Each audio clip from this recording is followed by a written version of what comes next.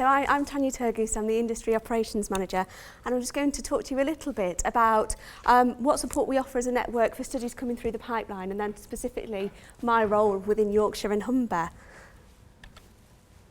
So just as a bit of background, we're driven by government strategy, the Life Sciences Strategy, which aims to make the UK a hub for global clinical research and medical innovations. We're a unique ecosystem in the UK. We've got the NHS, we have a single NHS number from cradle to grave, so we're really attractive. It's a key unique selling point. We're the largest research network with the NIHR, and we span all the way from ideas through to integration into care and provide funding and infrastructure along that pathway. And we've great links with our universities, so we just need to crack working well with industry, and we're winning with the combination. And our strategy is to support a 50% increase in clinical trials over the next 5 years, and going back to some of the other conversations, to increase the number we do with a novel methodology. So this is what drives us. And our vision is for clinical research to be an integral part of patient care. And our purpose is to make people and the NHS better at embedding research and research outcomes within healthcare. We're heavily involved as a network in patient involvement. You've already heard about patient ambassadors, but we've run a lot of campaigns to make the public and staff within the NHS aware of research, and OK to Ask is sort of our main campaign around that. So the NIHR have added work to, well, they've been added workload from the new Industrial Strategy Sector 2 deal, which was released at the end of next year. And a key component to that, which will hopefully address some of the issues raised by companies, is that they've committed to funding 5 purpose-built late-phase centres for research. And speaking to Matt earlier, the confirmation's now in that these are going to be funded. And there was also mention of a single approval process for the five centres, so streamlining these things is really in the pipeline. Next on the list is that we'll simplify the research setup process. We've already heard that costing and contracting is quite a protracted process. Sites have already, I think it was in October, signed up to ensure that they always use the industry costing template and the MCTA, but we've heard that there's variance in how some sites interpret that, so still a bit of tension for industry. We're now in the pilot process of a single costing review, which should basically mean that a protocol will come in, a costing template will come in, and will be reviewed and negotiated once for the NHS, and that every site will accept those costings. There'll be exceptions, but only big exceptions, so there'll be no tweaking of times by 5 minutes here, 10 minutes there. The exceptions will be if a specific site, for example, outsources MRIs to a company and the charge is significantly different to that's incurred in the trust. So as that comes through, that should massively reduce the contracting times. It will take away slightly from the reviews that the support services do, because part of their review is costing, so it should streamline. And then finally, and as an NHS, we've got to crack this for future research. More and more of our pathways are dealt with in primary care. And at the moment, getting patients in from primary care is really clunky. There's not much incentive for the GPs. The costing element isn't huge for them.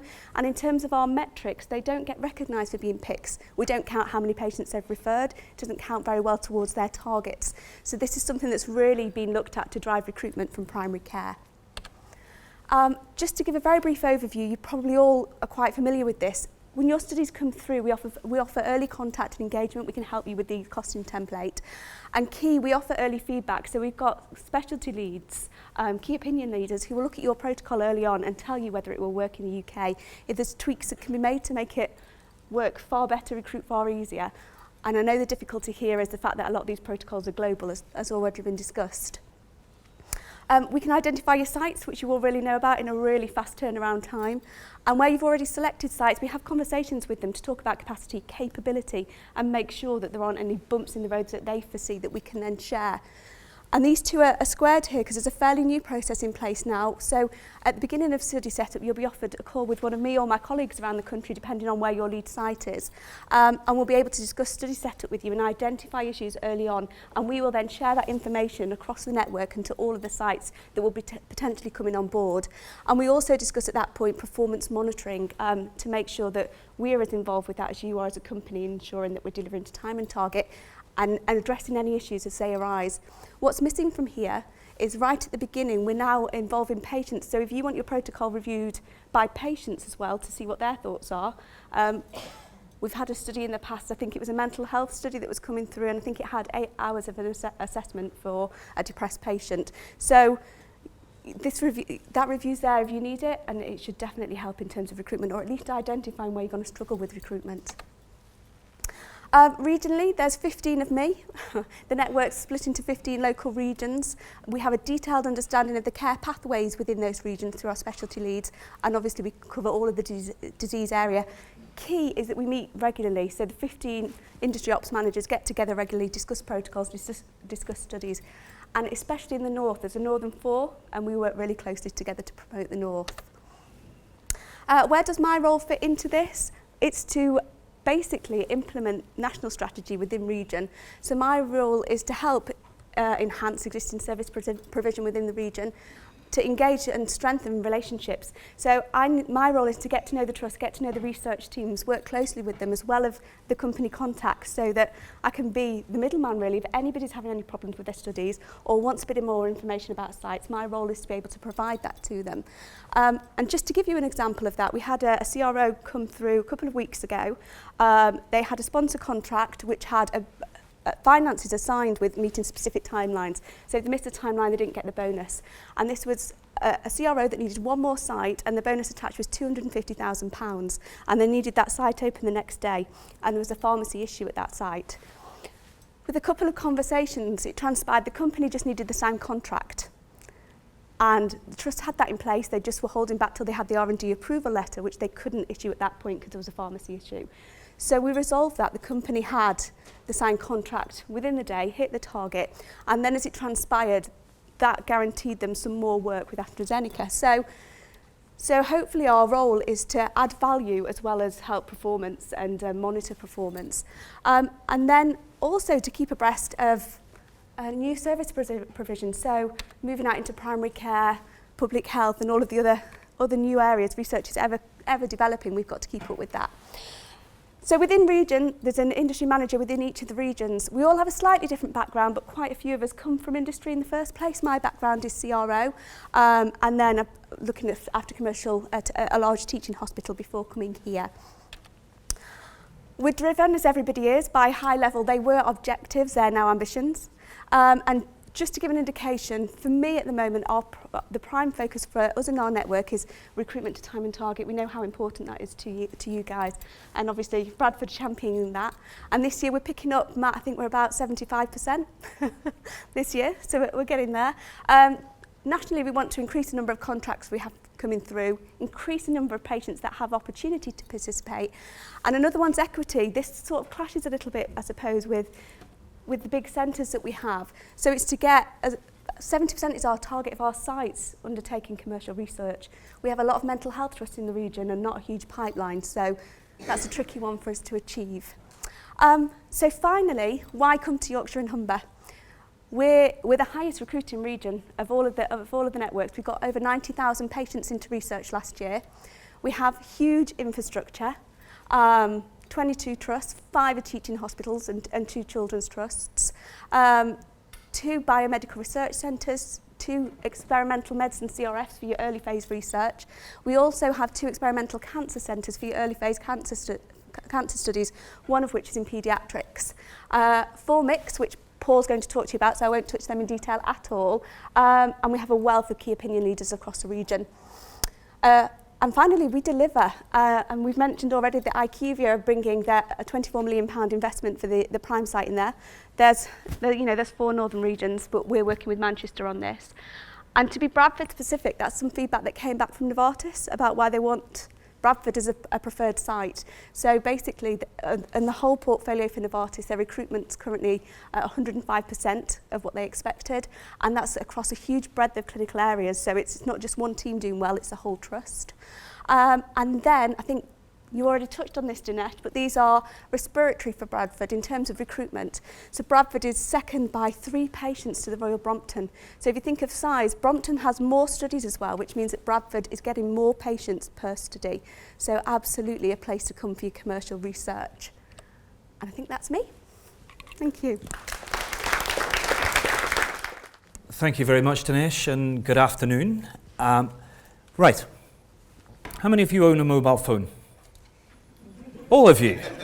You have technology at your fingertips. Technology is transforming healthcare. It has already transformed parts of healthcare.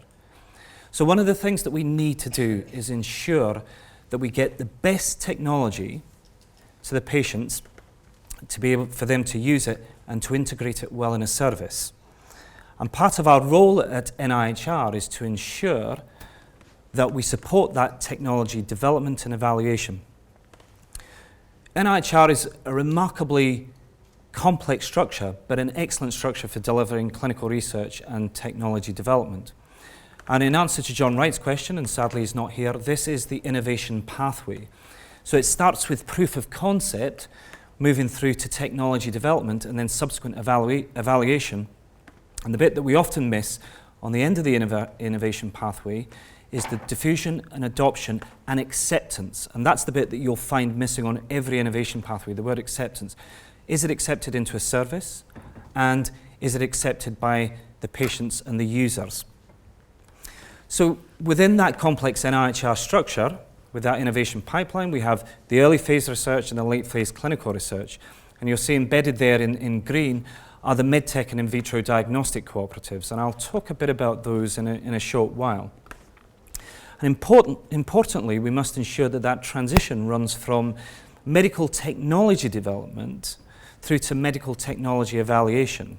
And we're entering a new era of research, new methodologies to evaluate these technologies, and moving towards a process in which research has to be rapid and cost effective, because many of those that are developing technologies are in fact small companies that don't have the capability that big pharmaceutical companies have to support large-scale research. And the technology field is rapidly advancing. So we can't afford to move in research cycles of 3 to 5 years because the technology has already outdated. So our challenge is to try and find new methodologies within the clinical service to assess the technologies that are coming through. And one of the biggest challenges that's put from both clinical researchers, clinical academics, and our SME colleagues, small and medium-sized enterprises, is where do we get the funding to do this? Because money drives research. And in fact, there are a number of areas in which funding can be achieved, and that in a way is supported by that innovation pathway. So at the early stage, there's SBRI Healthcare, the Small Business Research Initiative, that comes under NHS England, is now supported by NIHR.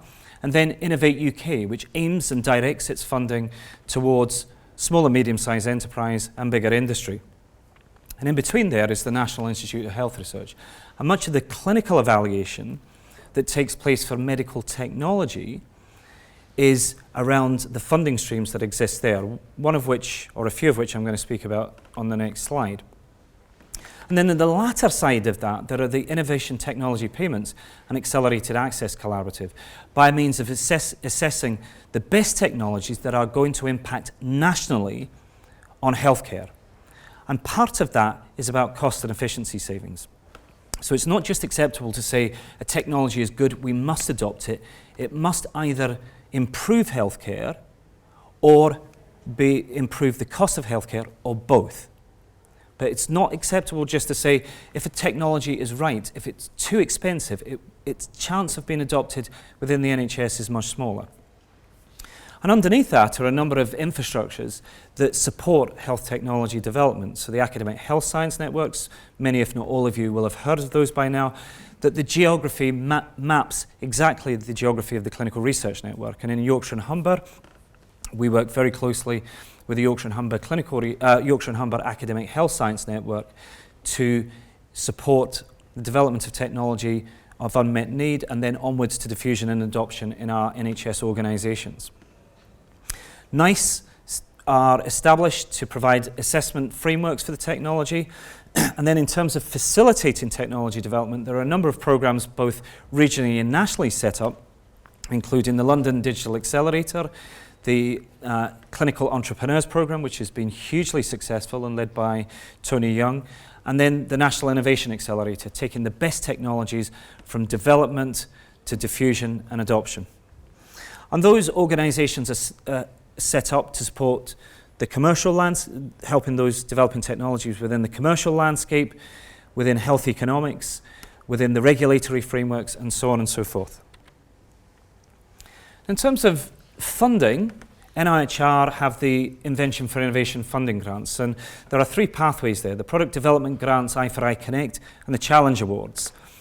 The Product Development Awards are translational research awards, of which there must be a partner from a small or medium-sized enterprise, an education institute, or the NHS.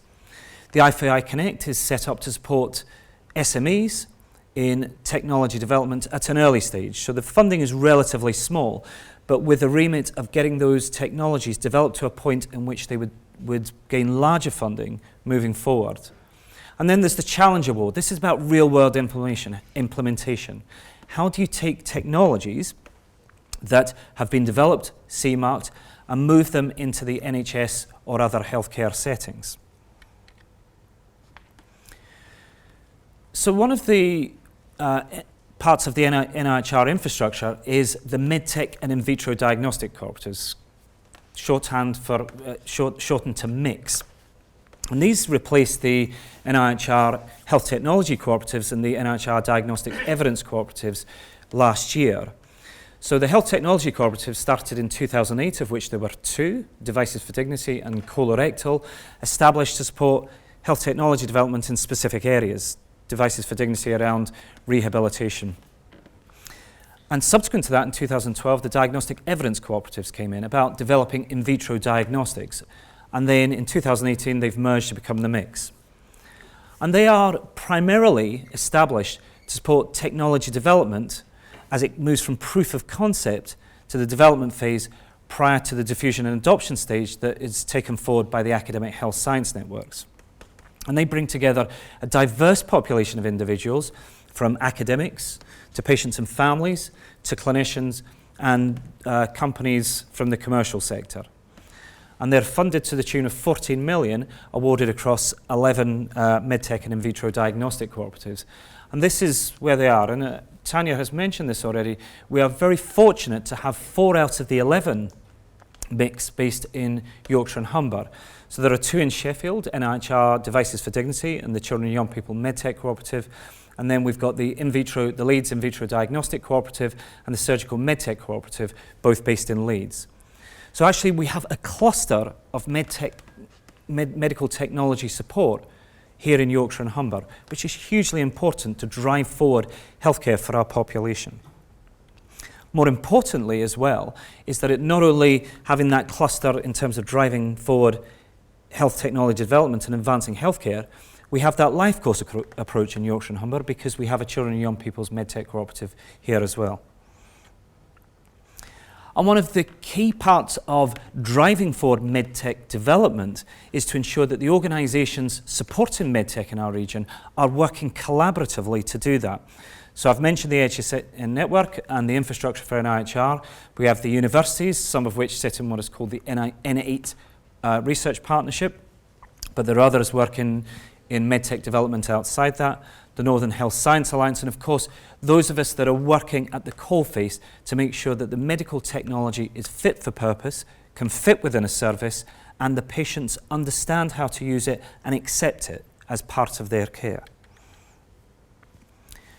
And involving patients and their families is hugely important in medtech development. So as Tanya and Dinesh have mentioned, I lead the NIHR Children and Young People MedTech Cooperative, and we have the ethos of medical technology for children, designed with children. And that's hugely important. That helps us to develop technology that is acceptable to the children and young people that we look after.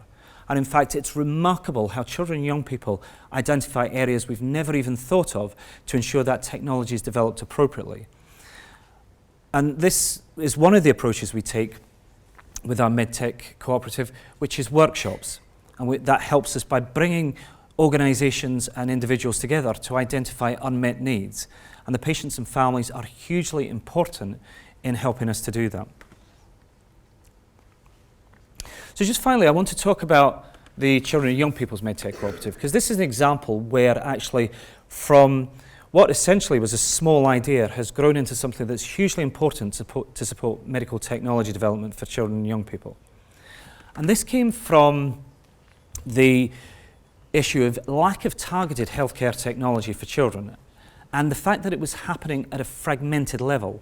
Small areas of medical technology being developed in regions but not being adopted elsewhere. And one of the other issues was about repurposing technologies, taking adult technologies and saying, well, let's just make it smaller and it should work.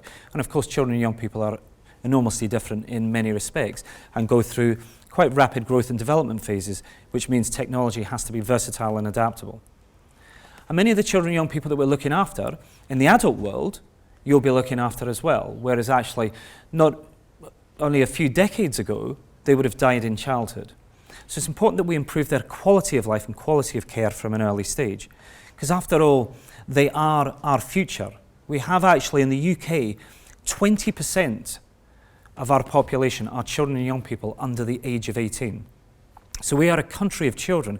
And in fact, our population of children is about the same size as the total population of Belgium or Greece. So that's the size of the population. And yet all of these young people are going to be our future.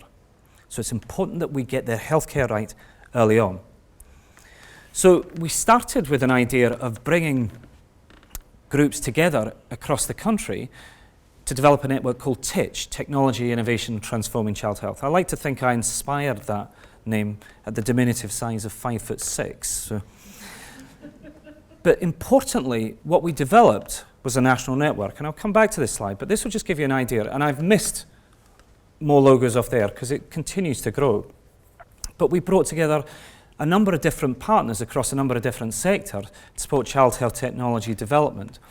And we, through working with funders after we established unmet needs, actually leveraged £6 million of funding to support the development of child health technology. And what it did was catapult the importance of technology development for child health to the national stage. And from there, that journey took us to apply to become an NIHR MedTech cooperative. And we brought 7 organizations together to work collaboratively to support health technology development with a network hosted by Sheffield Children's Hospital. And this is our Children and Young People MedTech cooperative. So we have 7 different themes right across the country, from north to south and from east to west. Pediatric surgical technologies, cancer, respiratory and sleep, rare diseases, ventilation, epilepsy, movement and muscle disorders, and importantly, transition cross-cuts the whole of health, the disease spectrum. So this is children and young people moving from pediatric to adult healthcare. Just a few examples of the type of stuff we're working in, and it's a really amazing field to work in.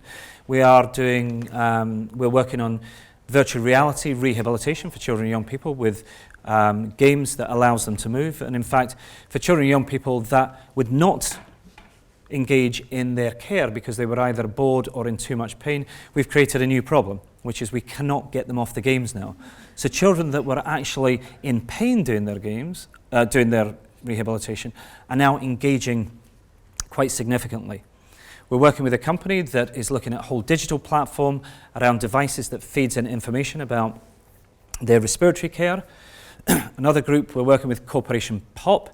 This on the left here is Exploro. So this is augmented reality looking at digital characters that provide distraction therapy and also entertainment for children in hospital, but also a means of providing them with information as well. In the middle there is our robotics team. So we're working, this is a robot called Miro. It's an androgynous animal, could be a dog, could be a rabbit, who knows. But importantly, these robots are having a major impact on children, young people and adults with autism in terms of the ability to communicate. And then on here, this is something called the Tookie vest, and again, this has been made for adults and children. So this is Steve Took and his company have developed a vest that holds long lines that used to be held in a cloth bag in children to basically allow them to move freely around the ward. So an innovation, not necessarily classed as a technology, but the technology behind it is around the material science used to make the vest. And we have, like many of the other medtech and in vitro diagnostic cooperatives, a wide remit, so we pull together a diverse range of stakeholders. Importantly, we identify and then prioritise unmet needs. We work with children and families, as do other medtech cooperatives, as the part of the process, the co-designers. We support proof of concepts, either with funding or obtaining funding, and then we work with funders to support technology healthcare calls. And then importantly, we support clinical evaluation as rapidly as possible and make sure that we embed within that health economics. And then finally, just to round off the session for the morning, we are privileged in Sheffield to be hosting the first Child Health Technology Conference, CHT 2020, which is going to be taking place next year, and it will bring together clinicians, academics, designers, engineers, patients, their families, and industry partners, really to focus on how we advance the field of child health technology development. Thank you very much for your time.